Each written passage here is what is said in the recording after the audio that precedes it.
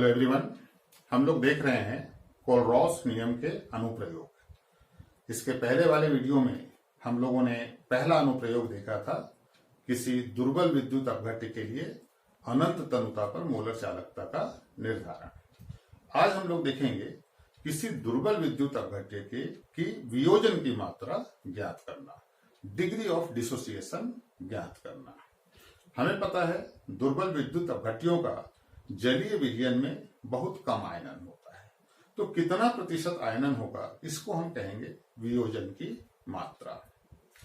अब किसी भी विद्युत अपघट्य के विलयन के लिए हम जानते हैं कि उसकी मोलर चालकता का मान वियोजन की मात्रा पर निर्भर करता है। वियोजन की मात्रा जितनी अधिक होती है, मोलर चालकता का मान उतना अधिक होता है। और अनंत तनुता पर किसी विद्युत अपघट्य को हम पूर्ण रूप से वियोजित मान के चलते हैं, तो मोलर चालकता का मान अनंत तनुता पर अधिकतम हो जाएगा। तो यह बिल्कुल क्लियर है कि दी गई सांद्रता पर मोलर चालकता की तुलना में अनंत तनुता पर मोलर चालकता का मान अधिकतम हो जाता है, क्योंकि वहां पर हम विद्युत अपघट्य को पूर्ण रूप से वियोजित मान के चलते हैं। तो दी गई सांद्रता पर मोलर चालकता और अनंत तनुता पर मोलर चालकता के अनुपात को ही हम वियोजन की मात्रा कहते हैं। इसे हम अल्फा से प्रदर्शित करते हैं। तो हम गणितीय रूप इसको दे सकते हैं, अल्फा बराबर दी गई सांद्रता C पर मोलर चालकता बटे अनंत तनुता पर मोलर चालकता। अब ये जो अनंत तनुता पर मोलर चालकता है, हम इसको इस प्रकार से लिख सकते हैं, lambda infinity plus lambda infinity minus. कोलरॉस नियम में हम लोगों ने देखा है लैम्डा इन्फिनिटी का मान, तो सूत्र हो जाएगा वियोजन की मात्रा का लैम्डा सीएफ हो गया दी गई सांद्रता पर मोलर चालकता, और ये धनायन और ऋणायन की अनंत तनुता पर आयनिक चालकता। तो ये प्रश्न भी कई बार एमपी बोर्ड में पूछा गया है। खासकर आपको बताया था इसके पहले के वीडियो में कि कोलरॉस नियम के कोई दो अनुप्रयोग लिखने के लिए आता है। तो ये अनुप्रयोग बहुत छोटा है, केवल इसको परिभाषित करके ये सूत्र लिखना है। तो जब दो अनुप्रयोग आएगा तो हम एक ये वाला लिख सकते हैं। दूसरा, इसके ऊपर गणितीय सवाल भी आते हैं, छोटे छोटे गणितीय सवाल हैं जो पूछे जाते हैं। एमपी बोर्ड में ये प्रश्न आ चुका है।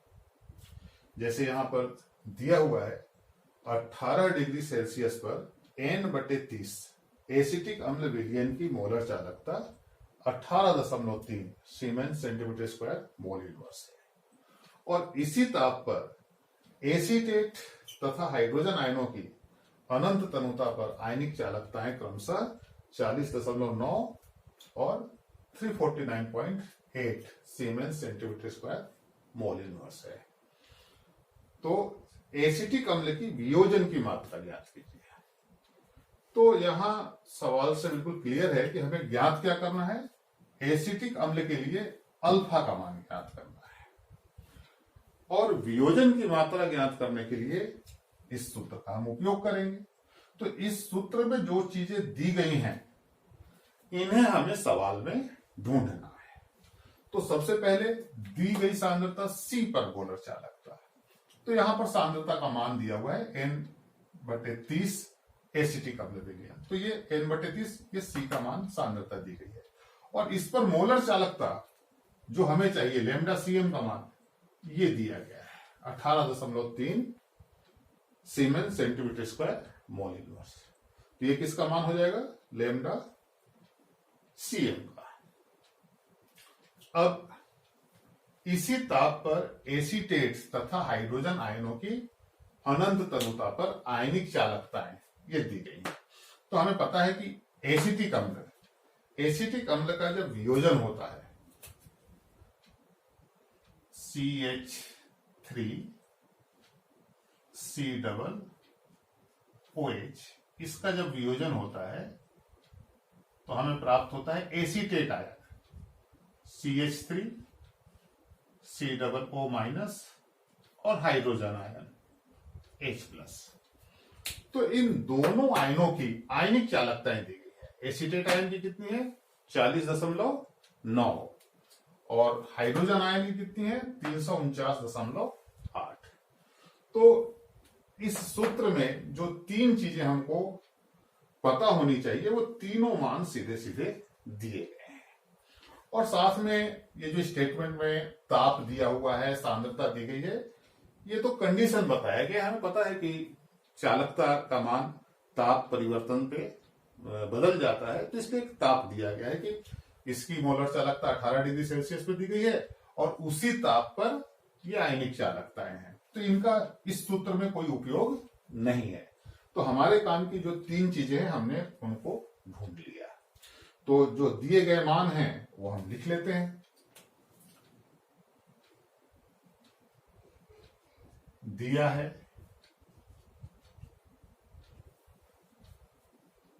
Lambda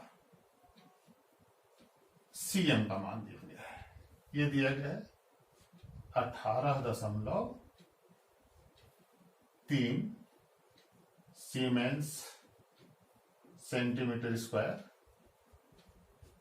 mole inverse. उसके बाद हमें क्या चाहिए धनायन की आयनिक चालकता और ऋणायन की आयनिक चालकता। तो धनायन क्या है H+, तो हम लिख सकते हैं लैम्डा इंफिनिटी H+। तो धनायन का मान कितना दिया गया है 349.8 और इकाई है siemens centimetre square mole inverse. ऋणायन क्या है एसीटेट। एसीटेट आयन के लिए कितना दिया गया है 40.9।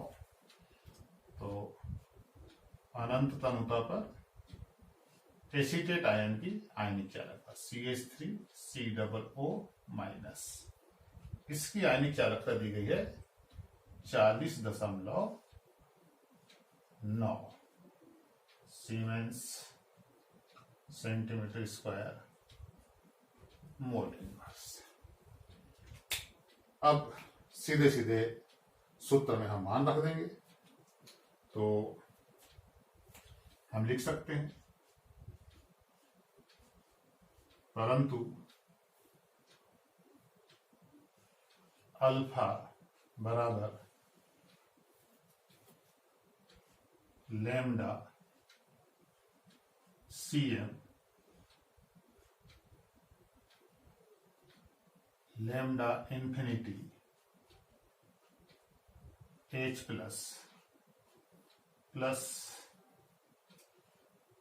Lambda infinity acetate ion. इस सूत्र में जो धनायन और ऋणायन है वहां पे हमने H+ और एसीटेट आयन लिख दिया। अब ये सारे मान हमको यहां दिए गए हैं, इनको सीधे सीधे सूत्र में रखकर गणना कर लेना है। तो ये हो जाएगा अल्फा लैम्डा CM देखिए 18.3, ये 349.8 प्लस 40.9।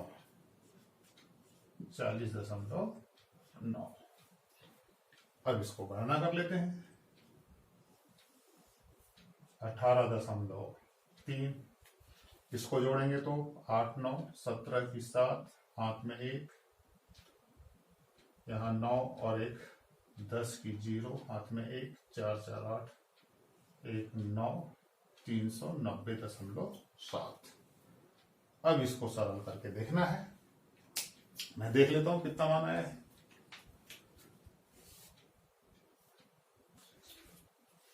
इसका मान आ रहा है 0.0468। एक बार चेक कर लीजिएगा आप लोग। तो इस प्रकार यदि इस अनुप्रयोग के साथ ये उदाहरण भी अगर पूछता है तो ये पूरा 5 नंबर का हो जाता है। पहले उसकी परिभाषा वियोजन की मात्रा से आप क्या समझते हैं, और इस प्रकार एक सवाल दे सकता है। और दूसरा, कोई दो अनुप्रयोग लिखने के लिए आएगा तो एक छोटा अनुप्रयोग ये है, इसके आगे जो हम लोग तीसरा अनुप्रयोग देखेंगे वो भी बहुत छोटा है। तो ये दो अनुप्रयोग कोई भी दिए जा सकते हैं। आपको इसके पहले के भी वीडियो में बताया था कि 4 अनुप्रयोग हैं, 2 अनुप्रयोग बड़े बड़े हैं जो 5 नंबर के प्रश्न के रूप में आते हैं, और 2 अनुप्रयोग छोटे छोटे हैं। तो जब भी अगर प्रश्न आता है कि कोई 2 अनुप्रयोग लिखिए, तो ये जो छोटे वाले 2 अनुप्रयोग हैं ये हमें देना चाहिए। तो आज के लिए इतना ही। अगले वीडियो में हम अगला अनुप्रयोग देखेंगे। 2 अनुप्रयोग और रह गए हैं, उनको हम अगले वीडियो में देखेंगे। तो आज के लिए इतना ही।